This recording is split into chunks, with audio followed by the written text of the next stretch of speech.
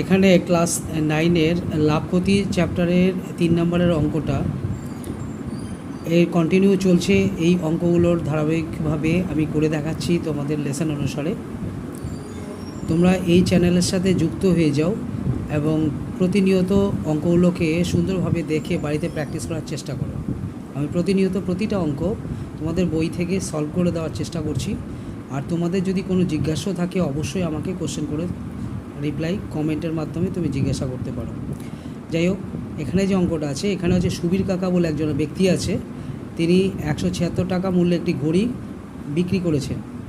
ঘড়িটা যখন বিক্রি করেছেন তখন তার 176 টাকা ঘড়িটি বিক্রি করেছে। এতে ঘড়িটা বিক্রি করে সুবীর কাকার 12% ক্ষতি হয়েছে। তার মানে 100 টাকার মধ্যে 12 টাকা ক্ষতি। তাহলে নিশ্চয়ই 88 টাকায় সে ঘড়িটার শতকরা হিসাবে দাম ধরেছে, মানে বিক্রি করার দাম। এবার তিনি কত টাকায় ঘড়ি কিনেছিল, মানে ক্রয় মূল্যটা কত, এখানে কিন্তু কোশ্চেন করেছে। আমাদেরকে কিন্তু জানতে হবে যে ক্রয় মূল্যটা কত ছিল ঘড়ির। তা আমরা কিন্তু এখানে জানি না ক্রয় মূল্য কত, যেহেতু 176 টাকায় বিক্রি করেছে। এখানে কিন্তু 176 টাকা হচ্ছে বিক্রয় মূল্য। তাহলে আমরা এখানে লিখতে পারি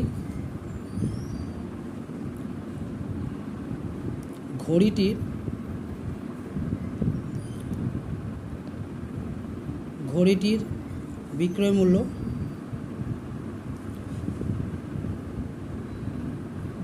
সমান 176 টাকা।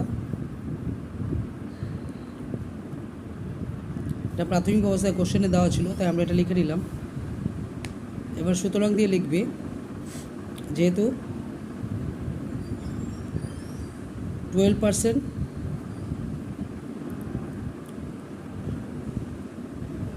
ক্ষতি হয়, সুতরাং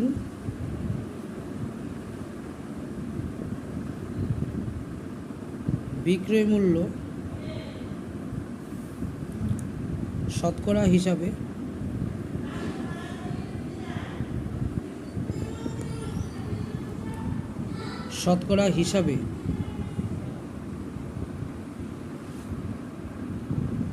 তাহলে 100 টাকা থেকে আমাকে 12 টাকা মাইনাস করে দেখাতে হবে, অর্থাৎ 88 টাকা।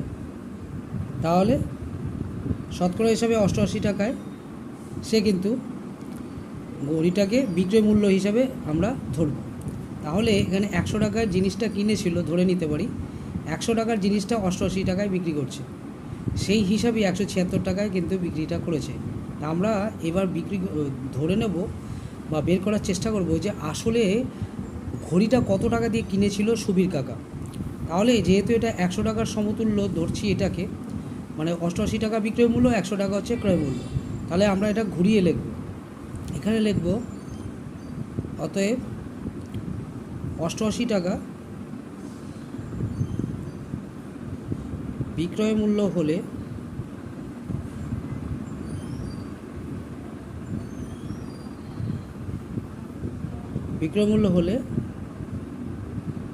ক্রয় মূল্য 100 টাকা, কারণ হচ্ছে 100 টাকার মধ্যেই এটা হিসাব হচ্ছে 100 টাকা।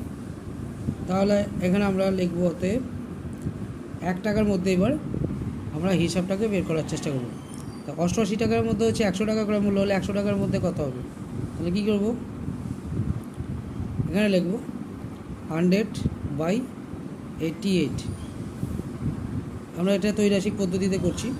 আর এখানে ধরবো 176 টাকায় বিক্রি করেছে, তাহলে ক্রয় মূল্যটা কত ছিল সেটা বের করব। তাহলে এখানে আমরা কি ধরবো, এখানে লিখব 100 গুণ, এটা উপরে চলে যাবে, এটা 176 উপরে গেল, আর এখানে হচ্ছে 88 টাকা। এবার 88 দিয়ে এটাকে কাটলে 2 হয়। এবার 2-এর সাথে যদি 100 গুণ করি কত হবে, 200 টাকা। তাহলে তোমরা বুঝতে পারলে অতি সহজে আমরা এখানে অঙ্কটাকে করে ফেলতে পারলাম যে ঘড়িটার কিন্তু ক্রয় মূল্য 200 টাকা ছিল, কিন্তু বিক্রি করার সময় 12% ক্ষতি হয়েছে। সেই ক্ষতিটা গিয়ে দাঁড়াচ্ছে তোমার 176 টাকা। এই 176 টাকায় সে বিক্রি করছে, কিন্তু অ্যাকচুয়াল কিন্তু ঘড়িটা কিনেছে 200 টাকায়। তাহলে এখানে আমরা উত্তর হিসাবে লিখে দিতে পারি সুবীর কাকা ঘড়িটি কিনেছিল ইকুয়াল টু 200 টাকায়।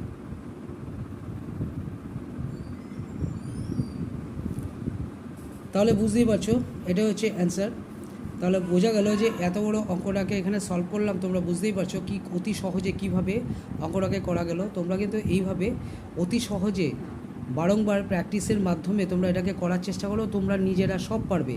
তোমরা শুধু আমার সাথে যুক্ত হয়ে অঙ্কগুলোকে প্রতিনিয়ত আমি করে দিচ্ছি, তোমরা শুধু প্র্যাকটিস করো। আমি কিভাবে করছি তোমরা লক্ষ্য করো, তার সাথে সাথে এগুলোকে প্র্যাকটিস করার মাধ্যমে তোমরা কিন্তু এগুলো শিখে নাও।